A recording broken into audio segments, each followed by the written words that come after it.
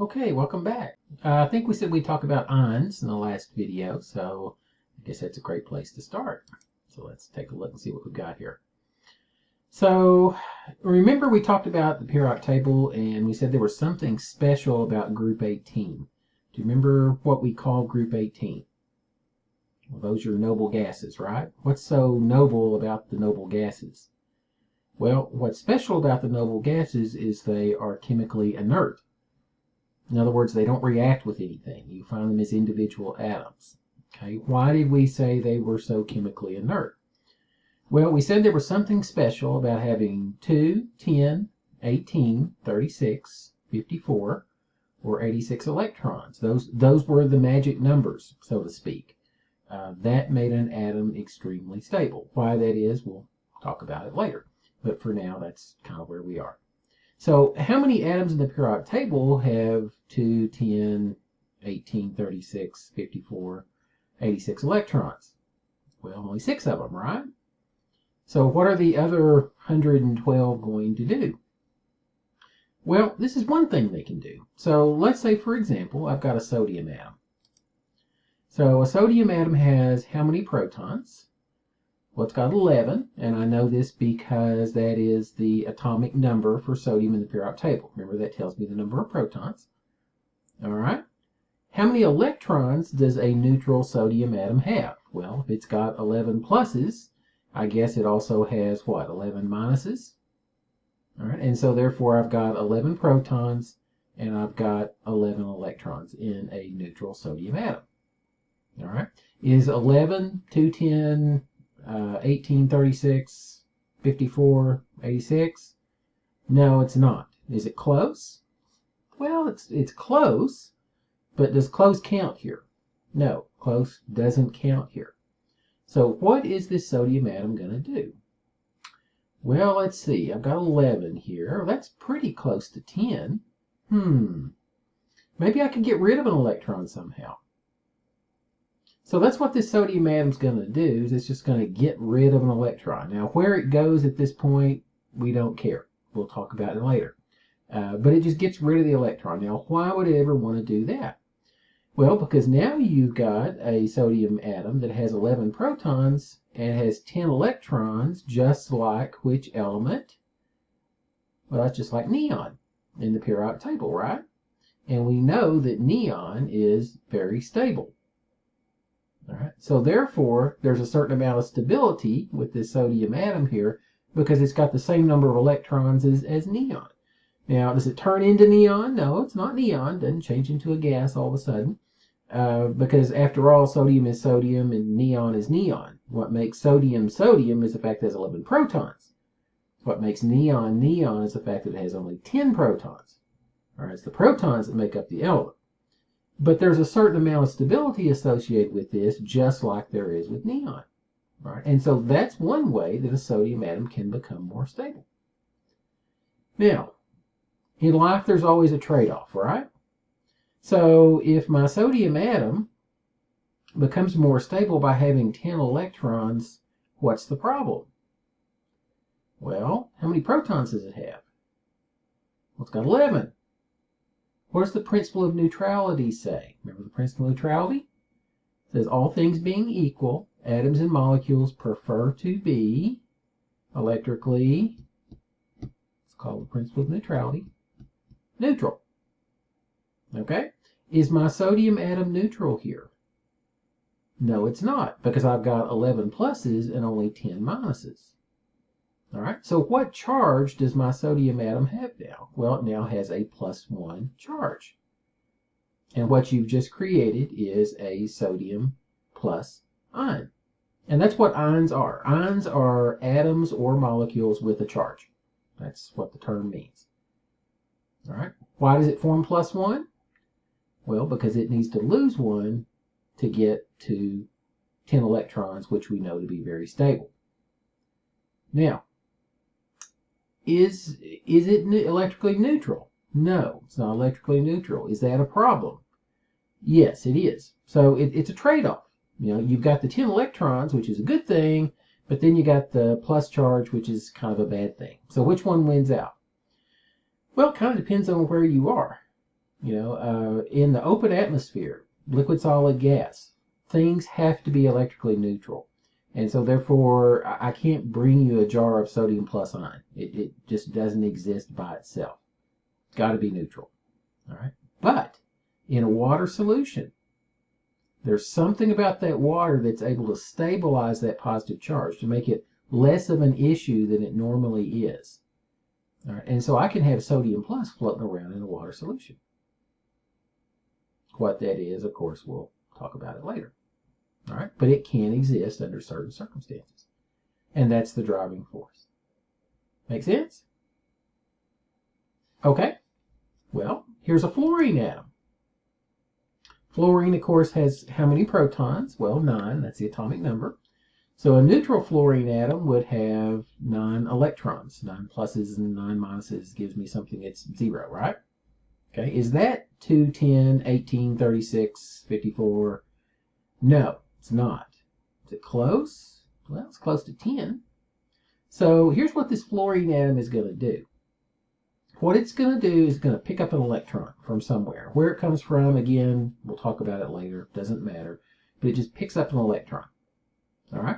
So if it picks up an electron, now it has 9 protons. It has 10 electrons, just like neon, which we know to be very stable. All right? What's the downside? Well, I've got 9 pluses and 10 minuses, so I'm not electrically neutral anymore. What's the charge on this fluorine atom? Well, it's got a negative charge, -1, because I have 9 pluses and 10 minuses. Make sense? All right, and so this is a what we call a fluoride ion. Okay, and ions, again, just charged atoms or can be charged molecules. We'll talk about that, but not neutral. That's what an ion is. All right, it forms a -1 ion because it just needs to pick up 1 electron to get to 10. See, 11's not going to help it. 12's not going to help it. 13's not going to help. 10 is kind of the magic number there. Trying to get a nice noble gas structure, essentially what we're trying to do here. And that's why it forms a -1. Make sense? Now again, what's the upside? The fact that I got these 10 electrons, just like neon. What's the downside? Well, the fact that I've got a charge. It's not electrically neutral anymore. Can I bring you a jar of fluoride? No. Solids, liquids, low temperature gases have to be electrically neutral, so I can't bring you a jar of fluoride. But there's something about water that's able to stabilize this species, this fluoride species. And so can I bring you a water solution that has fluoride in it? Yes, I can. The tap water that you're drinking actually has fluoride in it. And so, yeah, that does exist in a water solution. That water's able to stabilize that negative charge as well, make it less of an issue than it ordinarily would be, and the fact that it's got the 10 electrons wins out in a water solution. So again, it's kind of a trade-off. And so the answer is it depends. All right? Sodium plus, neon, and fluoride are what we call isoelectronic species. Okay, iso means same, so isoelectronic species, these are species that have the same number and configuration of electrons. Isoelectronic species behave very similar chemically because it's all about the electrons in chemistry. Now, are they exactly the same? No, they're not exactly the same because this is sodium, this is neon, this is fluorine. It has different numbers of protons, so they're not exactly the same. But these two species are somewhat stable, just like neon is, because they've got the 10 electrons. Notice that some of these atoms will pick up electrons and have a negative charge. Remember, when you're adding electrons, you're adding a -1. Some species will lose electrons, you're losing negatives, so they'll have positive charge. When you have positively charged ions, and that could be, +1, +2, +3, whatever, we call those cations, not cations. These are cations. All right, so that is a generic term to use for positively charged ions. If I have negatively charged ions, -1, -2, -3, whatever, these are called anions, not anions. Okay, so you have cations and you have anions, and those are positively charged and negatively charged species, respectively. Make sense? All right. When you're making ions, and this is very, very important, never, ever, ever, ever, ever, ever touch the protons. You could say, well, I could, if I want to make a +1 ion, maybe I add a proton.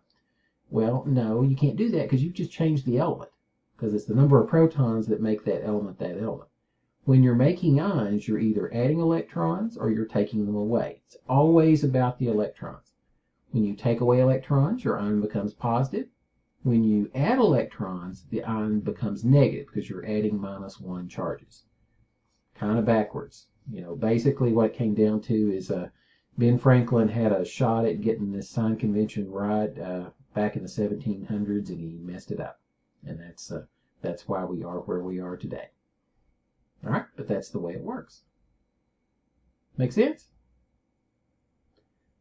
Okay, well, let's try to extend that concept a little bit further.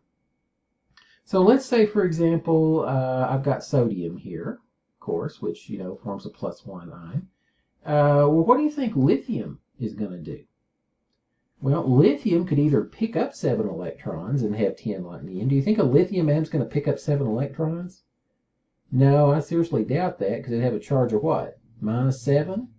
Is that neutral? No, it's not even close. You're violating the principle of neutrality in a really, really big way. All right, well, what else could it do? Well, it could lose 1 electron and have 2, just like helium. Do you think that's more likely? I think it's probably more likely. So therefore, lithium forms what charge as an ion? +1. Okay, what about potassium underneath sodium there? What do you think it's going to do? Well, it could either pick up 17 electrons, or it could lose 1. More likely to lose 1. Okay. Well, what's under there? How about rubidium? What do you think it's going to do? Well, it's probably going to lose 1. Do you see that? The driving force behind these ions losing 1 electron is to try to get to that noble gas structure over here. Try to get those magic numbers of electrons there.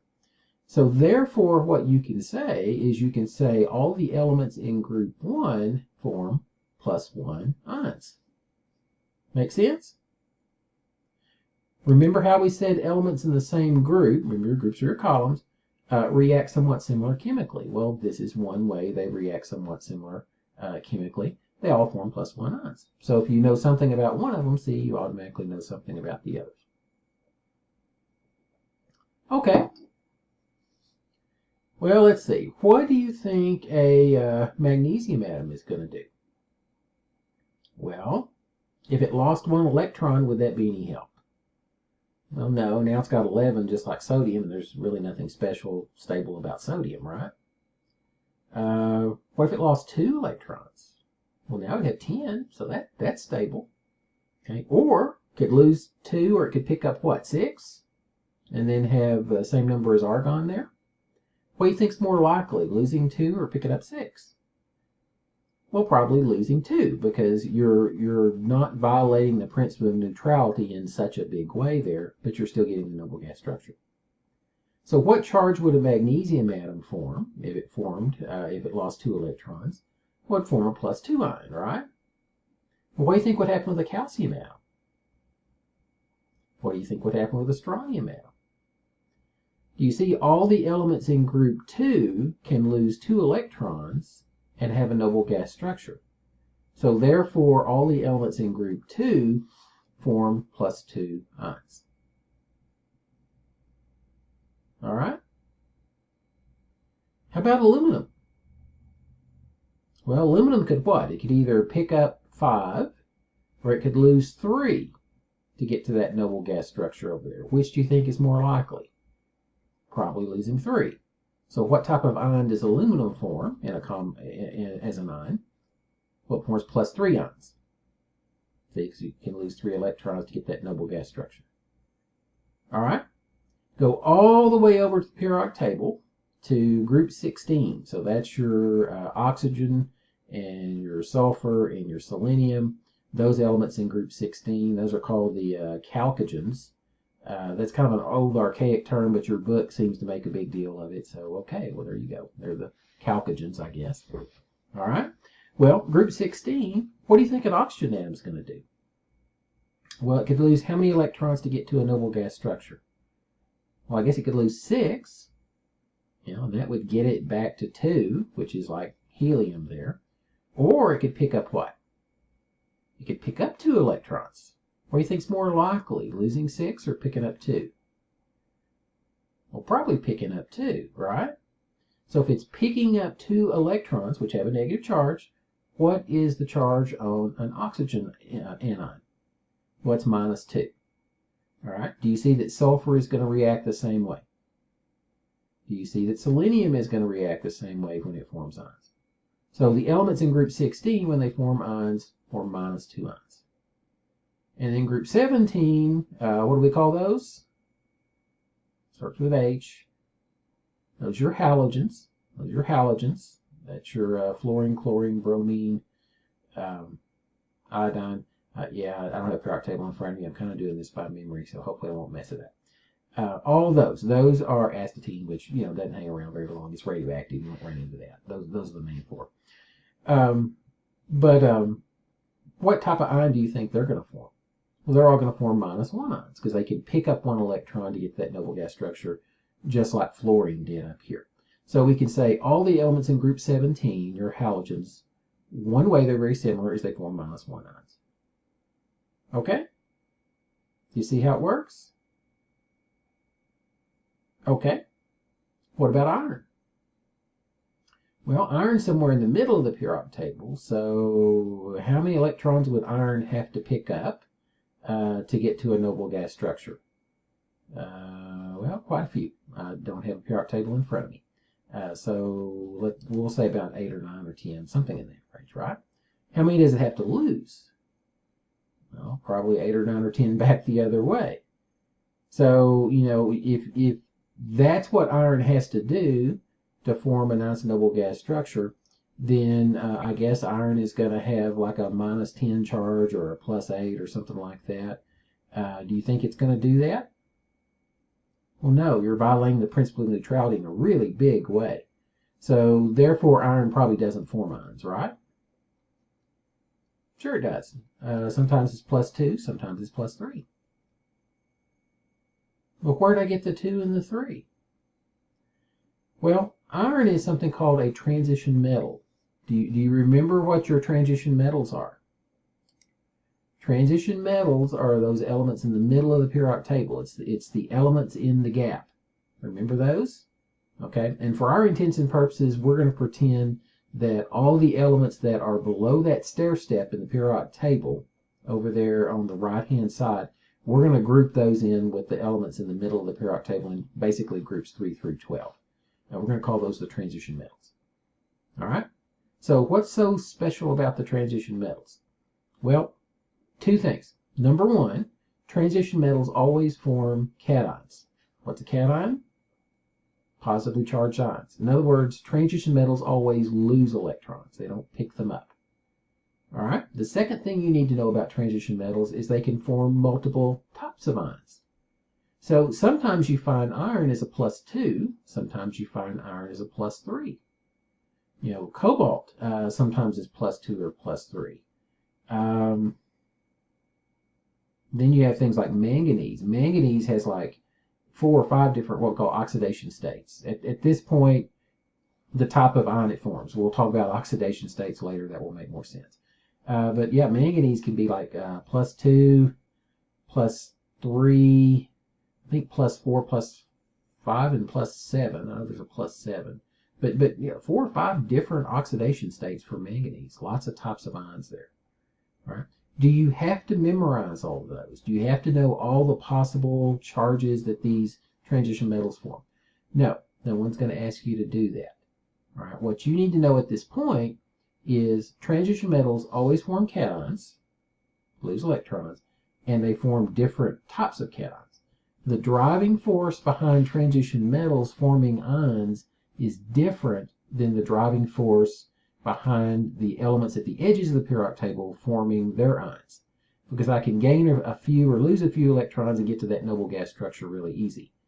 Transition metals, their outer electrons are what we call d orbitals. When you start mixing d orbitals in, things get kind of messy kind of quick. We'll talk about it. All right?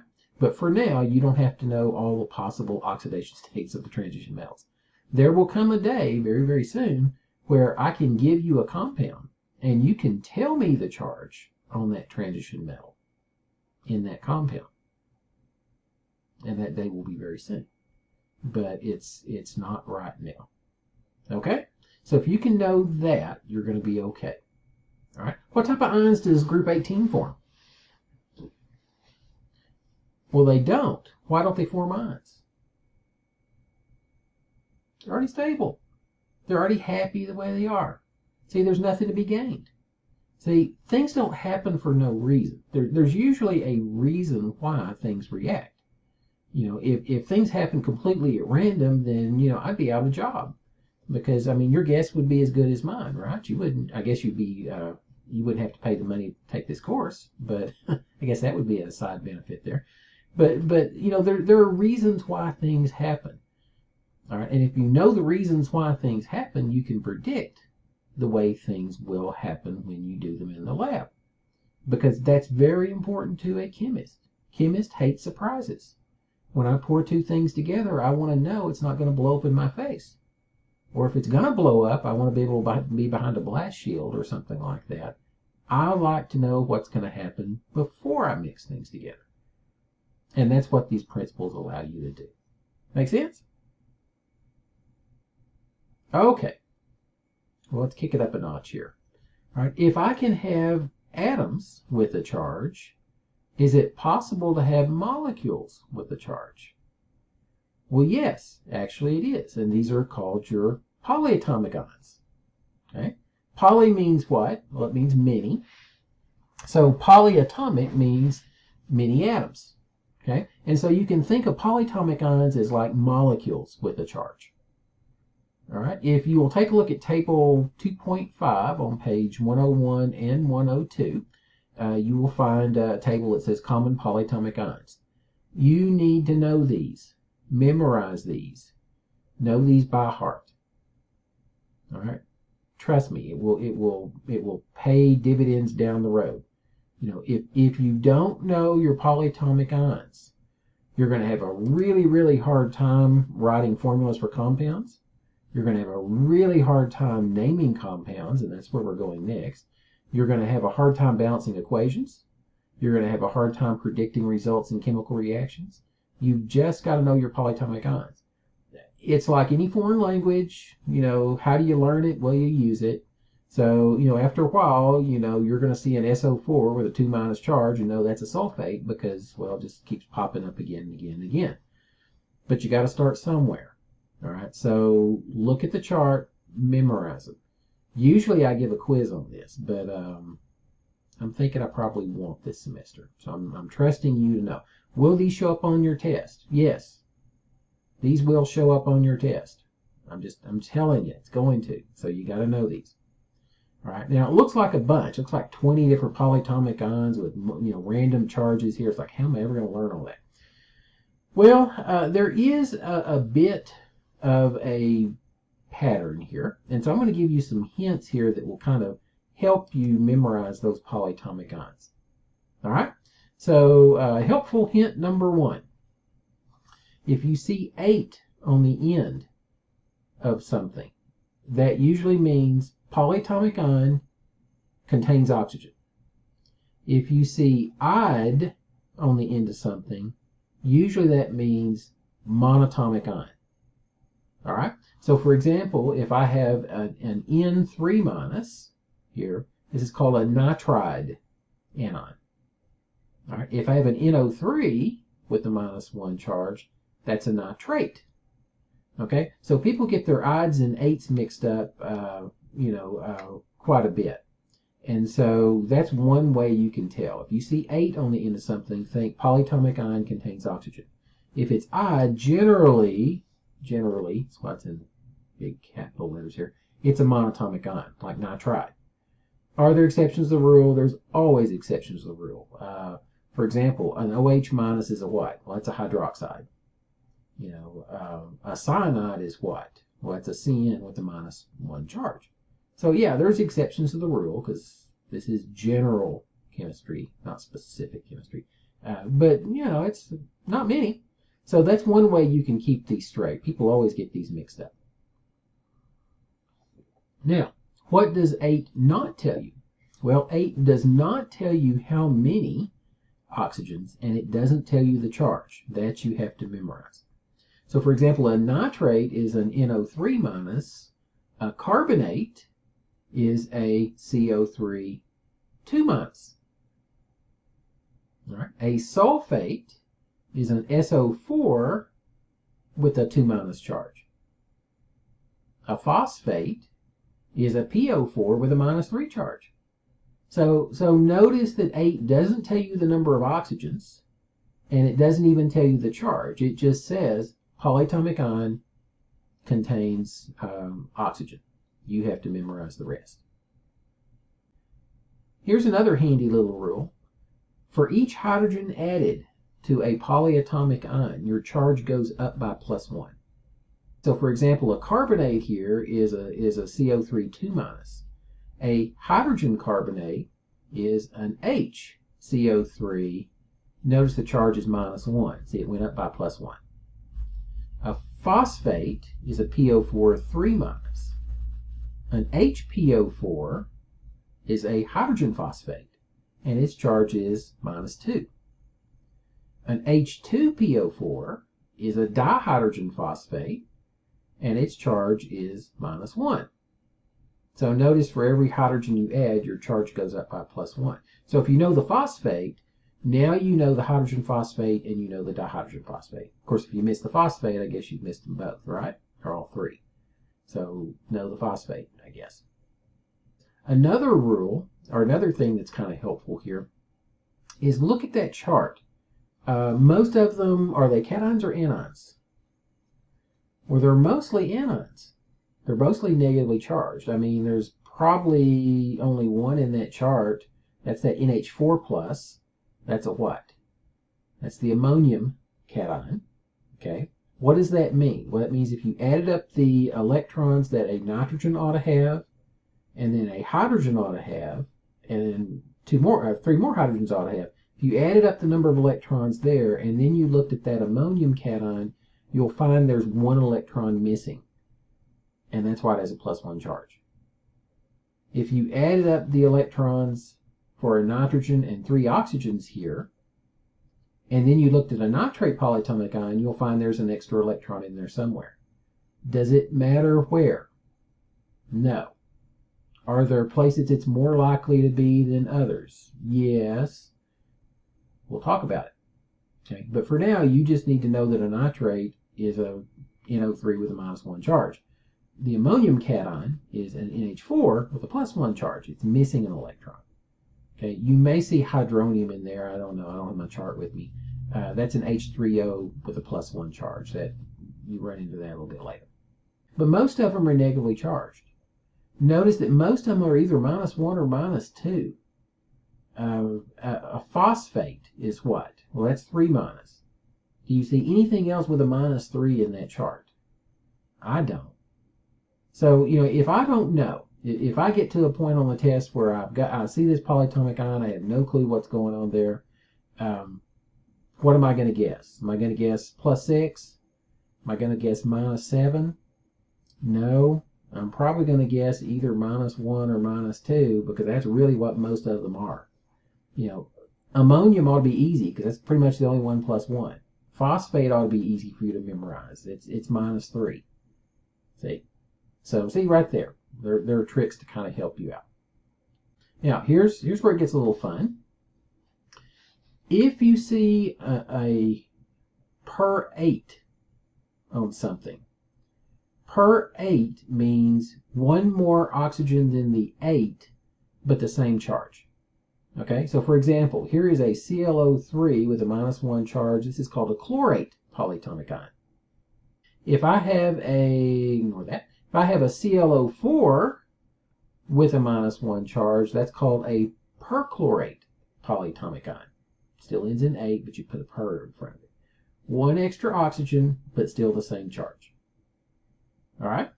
One less oxygen than the 8 is called an ite.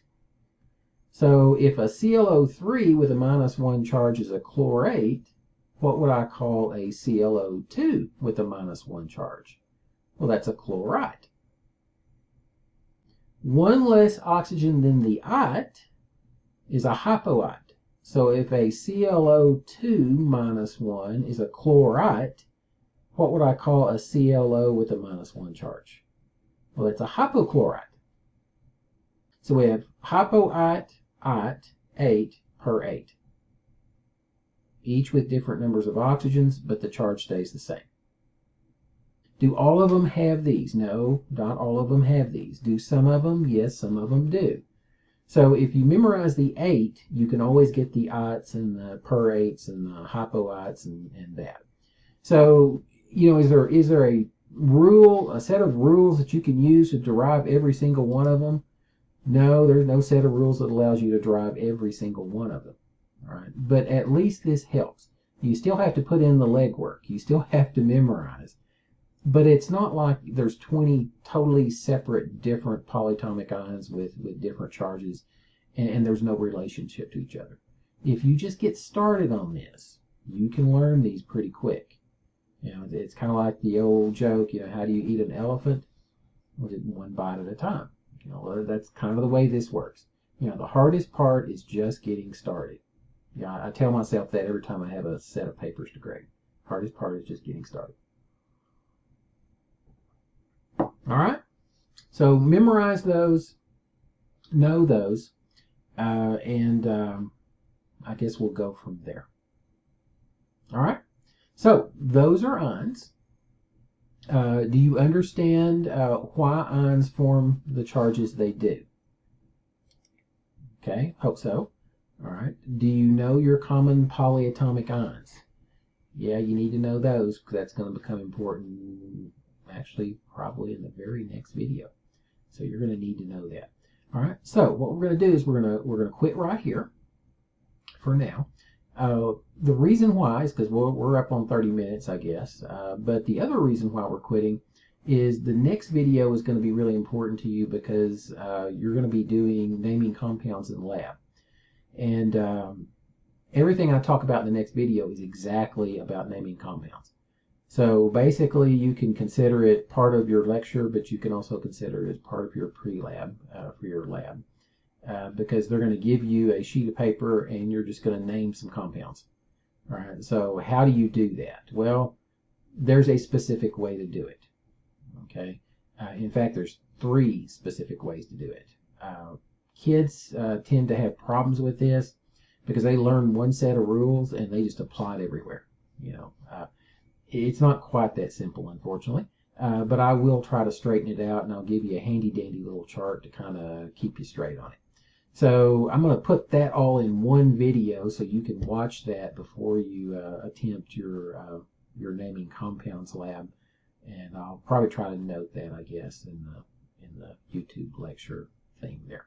All right, so good place to stop. Oh, I didn't seem to get much done today, but that's a really good place to stop, and we'll start there for next time.